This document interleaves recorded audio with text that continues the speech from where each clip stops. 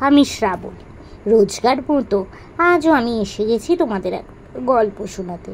আজকে আমি তোমাদের লেখক রমাপদ চৌধুরী মহাশয়ের লেখা একটি ছোট গল্প, যার নাম আমি একটি সাধারণ মেয়ে, এটি শোনাবার চেষ্টা করব। তো বন্ধুরা, তোমাদের জানাই যে আমি একজন শারীরিক প্রতিবন্ধী। নিজের প্রতিবন্ধকতাকে ভুলে নিজের একটা পরিচয় তৈরি করার লক্ষ্যেই তোমাদের এই গল্প শোনানোর কাজটা শুরু করেছি। এই কাজে আমার সফল হতে গেলে তোমাদের সাপোর্ট খুবই দরকার। তাই আমি তোমাদের রিকোয়েস্ট করছি, প্লিজ প্লিজ তোমরা আমার বলা গল্পগুলো স্কিপ না করে গিয়ে পুরোটা শোনো। আমার চ্যানেলটা সাবস্ক্রাইব করো, ভালো লাগলে লাইক করো, কমেন্ট করো ও একটু শেয়ার করে দাও। আর এখনও অবধি যারা যারা আমার চ্যানেলটা সাবস্ক্রাইব করেছো তাদেরকে অনেক অনেক ধন্যবাদ জানিয়ে আমার বলা আজকের গল্পটা শোনানো শুরু করলাম। তো চলো শুরু করে দিই। আমি একটি সাধারণ লেখক রমাপদ চৌধুরী। আমি একটি সাধারণ মেয়ে। সাধারণ মেয়েদের মতোই সারা জীবন আমার কেটেছে শুধু স্বপ্ন দেখে। সাধারণ ঘরে আমার জন্ম। স্বাস্থ্য অটুট ছিল না কোনো কালেই। দেখতে সুন্দরী ছিলাম না। পাত্রপাত্রী কলমের ভাষায় মধ্যম শিক্ষিতা। তবু আমি স্বপ্ন দেখতাম সুখের স্বাচ্ছন্দ্যে। ছোটবেলায় যখন স্কুলে পড়তাম, কি ফুর্তিতেই না কেটে যেত দিনগুলো। মা কাছে ডেকে বসাতো, যত্ন করে বিনুনি বেঁধে দিত। স্কুলের বার শেষে পড়লে ভালো করে খাওয়া না হলে নিজেই বারবার ঘড়ি দেখত। সময় থাকতে সামনে বসিয়ে খাওয়াতো, বলতো আর দুটো ভাত নিবি না।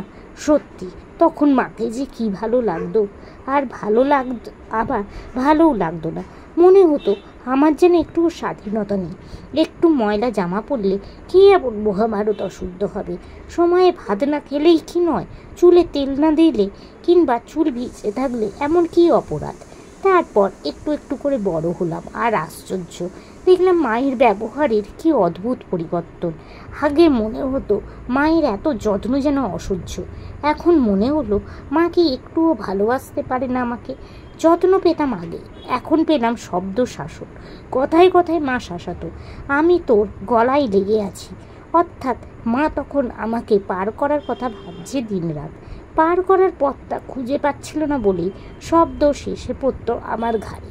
আমি নাকি সভ্যতা জানি না, দেখতে ভালো না, কপাল নিয়ে আসিনি। এক সময় ভাগ্যিস দাদার বিয়ে হলো। বৌদি এলো ঘরে। রাঙা টকটকে চেহারা, এক গা গয়না, শরীর স্বাস্থ্য চমৎকার। সবচেয়ে বড় কথা, বৌদির মিষ্টি ব্যবহার। দুদিনেই আমাকে আপন করে নিল। শুধু তাই নয়, একে একে আবার কাজগুলো কেড়ে নিতে লাগলো বৌদি। প্রথম প্রথম আপত্তি করতাম, কিন্তু প্রথমেই বলেছি স্বাস্থ্য আমার তেমন ভালো ছিল না। তাই ঘর সংসারের কাজ করতে রীতিমতো কষ্ট হতো। তবু না করলে কে করবে, তাই করতে হতো সব কিছু। রান্না থেকে পরিবেশন, ঘর ঝাড়তে থেকে মশারি খাটানোর কাজগুলো বৌদি নিয়ে নিল। আর ক্রমে বৌদি যত পুরনো হতে লাগলো, দেখলাম কাজটা করার অনেক অসুখ, অনেক আরাম, অনেক সুখ, অনেক আরাম। দু একটা কাজ করতে হলে মুখে বেজায় করতাম। এইদিকে তখন দুজন একজন করে মেয়ে দেখতে আসছে। মা বৌদির নির্দেশ মতো আমি সেজে বুঝে সামনে গিয়ে বসি, পরীক্ষা দিচ্ছি। পনাপনের পরীক্ষায় বাবা মা ফেল করছে বারবার, আর শব্দ শেষে পড়ছে আমার ওপর। কাজ আমি এমনিতেই করতাম না, যদি বা দু একটা করতে যেতাম মা বাধা দিত। উনুনের তাতে দিনের পর দিন রান্না করে ঘর সংসারের খাটুনি খেটে বৌদির চেহারা দিনের দিন কালি হয়ে যাচ্ছে, চোখের সামনে দেখতে পেতাম। তাই কোনো দিন রান্নাঘরে গিয়ে তাড়াতাম, কাপ ডিশ ধুইতে যেতাম। আর মা বকুনি দিত বৌদিকে, যেন বৌদি জোর করে খাটাচ্ছে আমাকে। এমনিতেই মেয়ে পছন্দ হচ্ছে না কারোর। এরপর আগুনের তাতে গেলে যা চেহারা হবে বুঝে বা মেয়ের বিয়ে দিতেই পারবে না। আমি কিছু বলতে পারতাম না, কারণ ধমকটা যদিও বৌদির উদ্দেশ্যে, তার মাঝে আমার বিরুদ্ধেও একটা হুল উছিয়ে থাকতো কথাটায়। আমি দেখতে সুন্দরী নই, আমার কপাল মন্দ, ভব্যতা সভ্যতা শিখিনি, এসব অভিযোগ একদিন কিন্তু মিথ্যে হয়ে গেল। সব দুঃখ কষ্ট, সব জ্বালা যন্ত্রণা সহ্য করেও সাধারণ মেয়ের মতোই যে সাধারণ স্বপ্নটা আমি দেখতাম তা সত্যি হলো। আমার বিয়ে হয়ে গেল। সঙ্গে সঙ্গে মার ব্যবহারের আবার পরিবর্তন দেখলাম। সেই ছোটবেলার মতো আদর যত্ন করে মা সামনে বসিয়ে চুল বেঁধে দেয়, শোবার সময় নিজের হাতে করে দুধের বাটি নিয়ে আসে, খাওয়ার সময় মাছের টুকরো একটার জায়গায় দুটো হয়। এত ভালোবাসা পেয়ে এক একদিন আমার চোখে জল আসতো। ভাবতাম কি বোকা আমি, এত ভালোবাসে মা, আর আমি মাকে এতদিন দু চোখে দেখতেই পারতাম না। আবার হাতে যেদিন চাল আর টাকা দিয়ে ঋণ শোধ করার কথা বলতে হলো, সেদিন আরও বেশি করে টের পেলাম মা বাবা ছাড়া আমার কেউ নেই। যার স্বপ্ন দেখে এসেছি এতদিন, সেও আমার কেউ নয়। কি বোকা আমরা সাধারণ মেয়েরা। শ্বশুরবাড়ি এসে প্রথম মন খারাপ হতো বটে, কিন্তু কিছুদিনের মধ্যে প্রায় সব বলতে বসলাম। ভালো লেগে গেল নতুন ঘর সংসার, ভালোবেসে ফেললাম শ্বশুর শাশুড়ি ননদ যা ভাসুর দেওয়ার সকলকে। মনে হলো আমার মতো সুখী ত্রিভুবনে কেউ নেই। হঠাৎ একটা ধাক্কা খেলাম যেদিন, তন্ময়টা কেটে গেল। বড় যা বলল আমার নাকি লাজ লজ্জা নেই, ননদ বলল আমি নাকি কাজ করতে চাই না। ঠিক এত কষ্ট করে কেউ বলল না, কিন্তু হাবে ভাবে টিকা টিপ্পণী ব্যঙ্গ বিদ্রুপে এ কথাটাই তারা বলতে চাইল। হঠাৎ সন্দেহ হল ঠিক এমনি কথা যেন আমিও বলেছি বৌদিকে, হাবে ভাবেই বলেছি। তাই উঠে পড়ে রাখলাম ওদের খুশি করার জন্য। একে একে সব কাজ কেড়ে নেবার চেষ্টা করলাম। প্রথম ওরা রাজি হতো না, অথচ কথা শোনাতো। কিন্তু টানাপোড়েনে চলতে চলতে একদিন আবিষ্কার করলাম উনুনের সামনে আগুন তাতে বসে রান্না করার থেকে রাতের মশারি টাঙানো পর্যন্ত সব কিছুই আমার ঘাড়ে চেপেছে। অথচ আমার খাওয়া দাওয়ার দিকে নজর নেই কারণ। এক পো দুধও কেউ হাত তুলে দেয় না। ছোট ননদের বিয়ের কথা চলছে, তাই শাশুড়ি তাকে কোনো কাজে হাত দিতেন না। বড় যা গেল বাপের বাড়ি তার ছোট ছেলের জন্য একটি ভাই কিংবা বোন আনতে। বড় ননদ ফিরে এলো শ্বশুর বাড়ি থেকে বাপের বাড়িতে 2-10 দিন ছিটিয়ে নেবার জন্য। শাশুড়ি তাদের জন্য দুধের বরাদ্দ করলেন, নিজে খাওয়া দাওয়া তদারক করতেন। আমি একা মানুষ, এত বড় সংসারটা সামলাতে গিয়ে হিমশিম খেয়েই ক্ষান্ত হই, কথায় কথায় খোটাও খাই। বাপের বাড়ির শীতের তত্ত্ব কেন ভালো হয়নি, মাছের ঝালটায় নুন কেন বেশি হলো, দুধ কেন ঢাকা দিয়ে রাখিনি। শরীর খারাপ হচ্ছিল, আর মন আরও খারাপ হতে শুরু করলো। ফলে আয়নায় একদিন দেখলাম বিশ্রী রোগা হয়ে গেছে, চোখ বসে গেছে। রঙও আমার এতটা কালো ছিল না তো, কিন্তু কি বোকা আমি। পাছে স্বামী এই চেয়ার দেখতে পায়, তাই পাউডার মেখে সেজে গুজে এমন একটা ভাব করতাম যেন যা ছিলাম তাই আছি।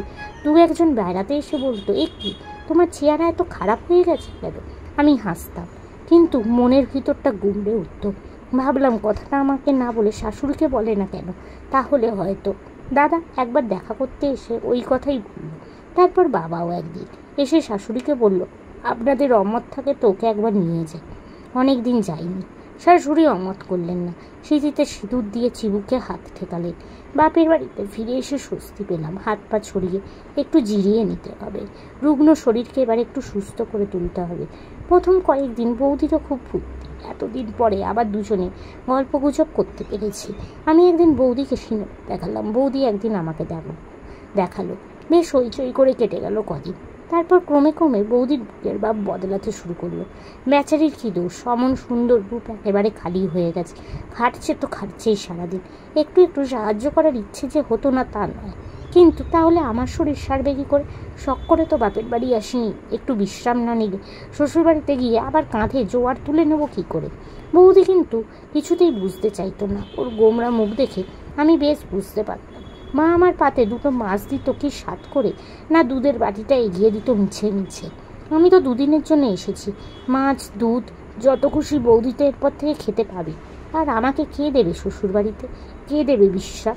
সত্যি বৌদি এত ভালো ছিল, এখন কি করে যেন কেমন হয়ে গেছে। বৌদির বিরক্তটা স্পষ্ট যেন দেখতে পেতাম। একদিন অতিষ্ঠ হয়ে চিঠি লিখলাম স্বামীকে। দিন কয়েক পরেই শ্বশুরবাড়ি চলে এলাম। আবার ঘর সংসারের ভার কাঁধে তুলে নিলাম। ভাবনা চিন্তার সময় কই, আমি হলাম একটি সাধারণ মেয়ে। সাধারণ ঘরে আমার জন্ম, সাধারণ স্বপ্ন, হতাশাও সাধারণ। এত সময় নিয়ে যে ভেবে দেখব বাপের বাড়িতে যা করে এসেছি শ্বশুরবাড়িতে তাই ফিরে পাচ্ছি।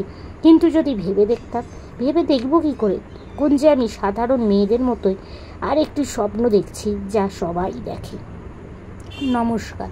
তো বন্ধুরা, আজকের গল্পটা এখানে শেষ হলো। তোমাদের যদি ভালো লাগে প্লিজ লাইক করো, আমার চ্যানেলটা সাবস্ক্রাইব করো, শেয়ার করো। আজকের মতো আমি চললাম, আবার আমি কাল চেষ্টা করব তোমাদের এরকমই কোনো ছোটো গল্প শোনাতে। আজকের মতো টাটা।